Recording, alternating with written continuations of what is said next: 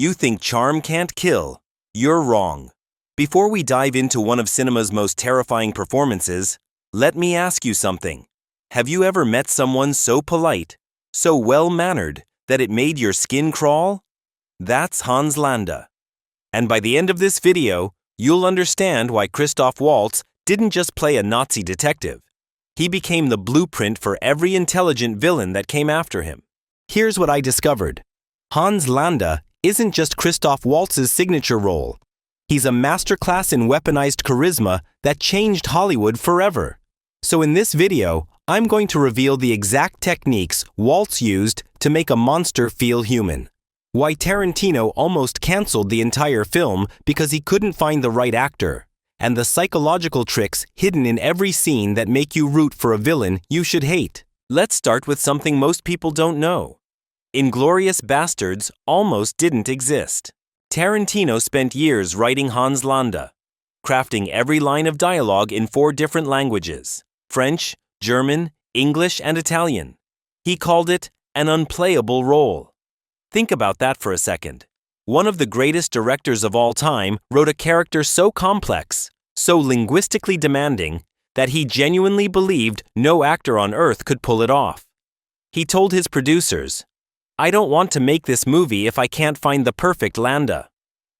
I'd rather just publish the script." That's not director ego. That's fear. Because Tarantino knew that if Landa didn't work, the entire film would collapse. No pressure, right?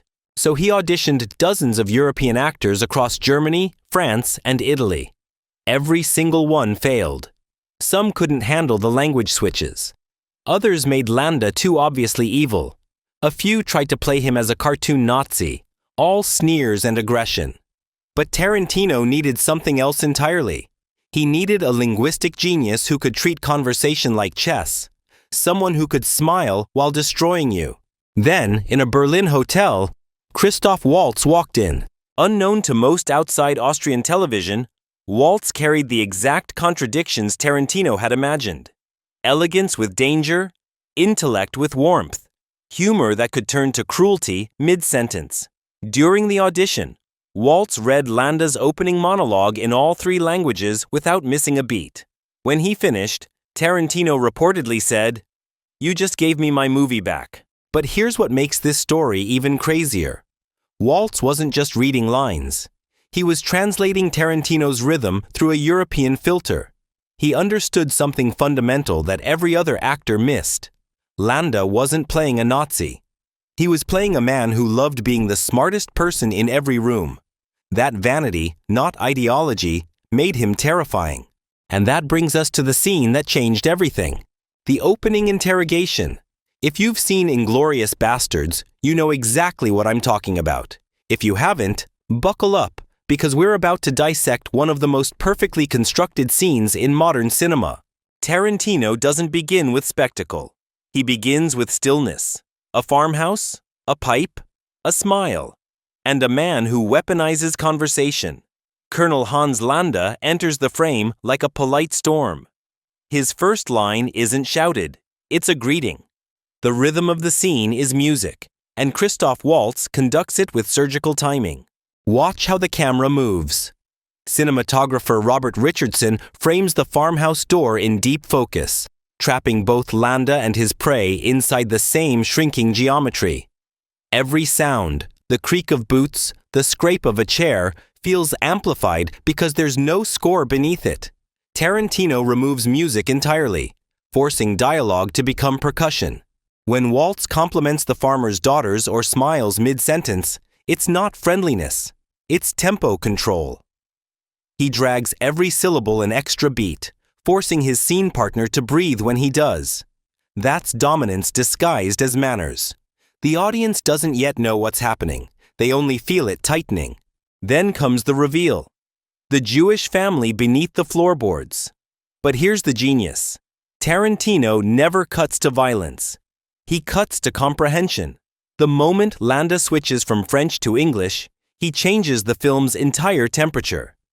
It's linguistic choreography. A villain manipulating syntax as a form of slow execution. Waltz performs this turn with minimal movement. His eyes flicker down once. He stops smiling. And the air leaves the room. It's horror without hysteria. Cruelty delivered in perfect grammar. What makes it unforgettable isn't the blood. It's the pause before it. Now, let me show you something most people miss in this scene. Before Waltz ever stepped on set, Tarantino told him to hold back during table reads. He wanted Waltz to perform every rehearsal at 6 out of 10. The logic was psychological. Tarantino wanted the rest of the cast, Brad Pitt, Melanie Laurent, Denise Minochet, to meet the real Hans Landa only when cameras rolled. No rehearsal fear. No practice tension. Authentic intimidation on film. And it worked. You can see it in Laurent's trembling hands during the cafe scene. In Minochet's rigid breathing as Landa finishes his monologue about rats. None of it is faked. Waltz's unpredictability becomes part of the cinematography itself. But there's something even deeper happening here, and it's all about language. For Hans Landa, language isn't communication, it's control. Tarantino designed him as a linguistic predator, a man who hunts not through movement, but through mastery of words. Every switch from French to English to German to Italian resets the hierarchy of power in a scene. When Landa chooses the language, he decides who understands and who obeys. Waltz performs these transitions like a pianist moving between keys. He never changes tone, he changes tempo. His German is clipped, efficient. His French, almost musical. His English, coated with irony. Each tongue becomes a tool of performance, proof that Landa's intellect is his camouflage. In the farmhouse scene, the switch to English isn't random, it's tactical. By abandoning French, Landa excludes the hidden family under the floorboards, cutting them out of comprehension before cutting them out of life. It's cruelty delivered through syntax. Later, in the Italian masquerade near the film's end, Landa mangles words deliberately, performing bad Italian as theater. Waltz leans into the comedy, showing that the same skill that terrifies can also entertain. Tarantino uses language like a scalpel. And this is where we need to talk about the composed psychopath. Hans Landa doesn't need rage to terrify you. He needs rhythm. In a world where villains shout, Waltz whispers. Every gesture is controlled.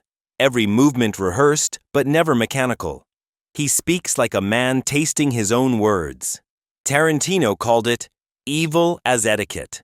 And that's exactly what defines Landa. The performance of civility as camouflage. Richardson's cinematography traps Landa inside clean frames, symmetrical, stable, deceptively calm. Tarantino avoids handheld chaos. The camera barely moves. The stillness makes Waltz's small actions colossal. A raised eyebrow. A perfectly timed inhale. A laugh that lands half a second too late. Those micro delays create discomfort that no scream could match. During the restaurant scene with Shosanna, Waltz's restraint becomes unbearable. He doesn't accuse her of anything, but the audience can feel he knows. He spreads cream on his strudel as if he's spreading tension itself. The rhythm of knife on plate syncs with her heartbeat. There's no soundtrack to guide emotion, just mechanical politeness and unbroken eye contact. It's horror without spectacle, dread written in posture. Waltz prepared for this precision like a mathematician, not a method actor. He told interviewers that emotion wasn't the point. Control was. Landa's composure is the entire performance. When the character finally loses it, the brief gleeful explosion at the film's end, the release hits harder precisely because everything before it was contained. Now here's where the story gets even better. By the time Inglourious Basterds premiered at Cannes in 2009, Christoph Waltz was a mystery to most of the audience.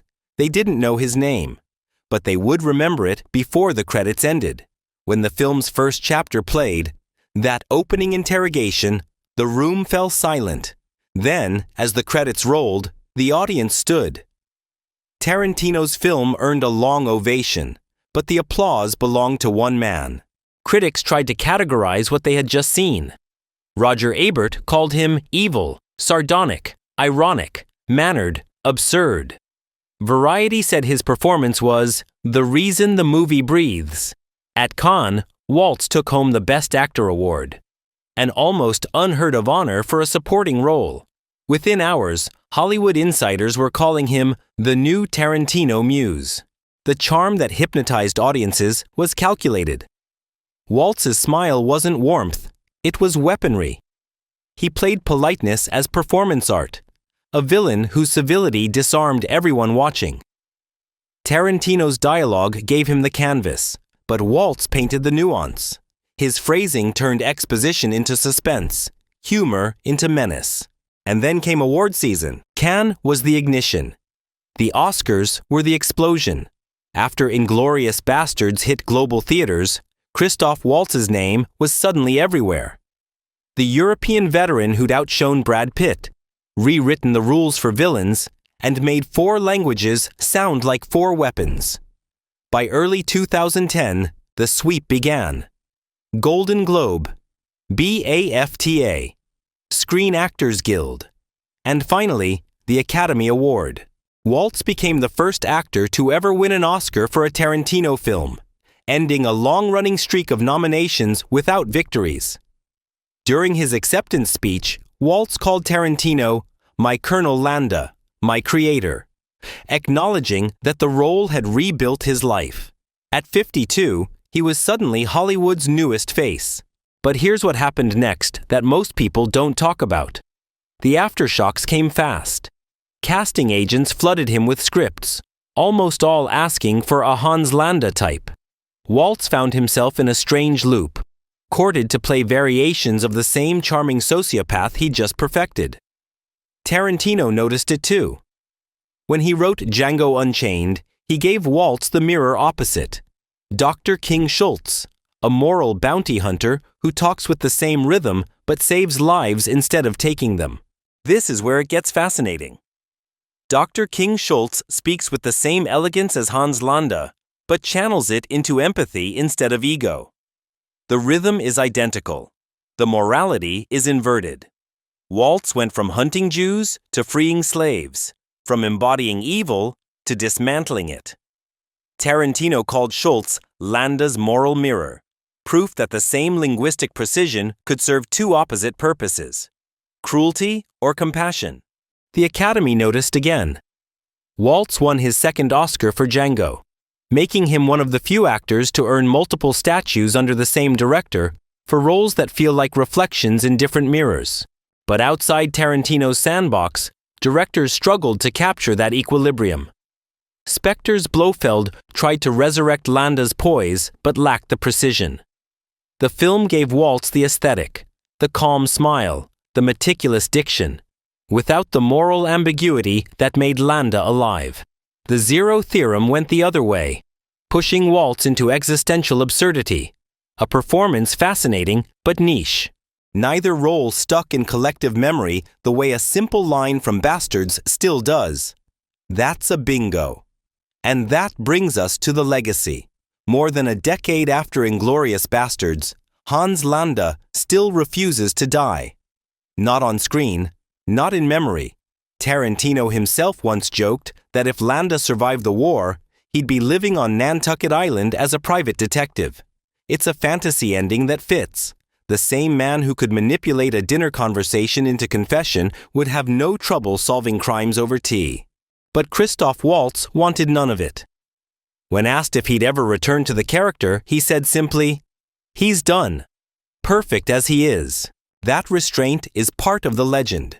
Tarantino's world thrives on excess, yet Landa's legacy depends on precision. No sequels, no prequels, no spin-offs. Just one immaculate performance that rewired how we perceive charm and evil. Film schools now study that opening interrogation as structure, not spectacle. Sound designers analyze the quiet. Editors point to the rhythm of Waltz's dialogue as proof that tension lives between cuts, not inside them. And Tarantino still calls Hans Landa his best-written character, a statement he's repeated in multiple interviews. The role's influence rippled outward. Modern villains, from Skyfall's Silva to the calculated menace in contemporary thrillers, are now written with a touch of Landa's calm cruelty. The archetype has changed. Menace is measured, articulate, even charming. Christoph Waltz didn't invent that evolution, but he defined its final form. So what's the real lesson here? When you rewatch Bastards, the horror isn't in what Landa does. It's in how much he enjoys understanding you. That's what lasts. He's the rare villain who wins by talking and loses only because he wants applause. Every pixel serves a purpose. Every word drives action. Every design decision moves the visitor closer to the truth. Hans Landa isn't just a role. He's Christoph Waltz's signature, carved in 4 languages, signed in permanent ink. And that signature changed cinema forever. Thanks for watching. If you loved this deep dive into one of cinema's greatest performances, hit that like button. It genuinely helps more than you think. Subscribe for more breakdowns like this, where we dissect the performances that changed movie history. And don't stop here. The next video on your screen unpacks another masterpiece frame by frame. Because on this channel, every frame hides a story.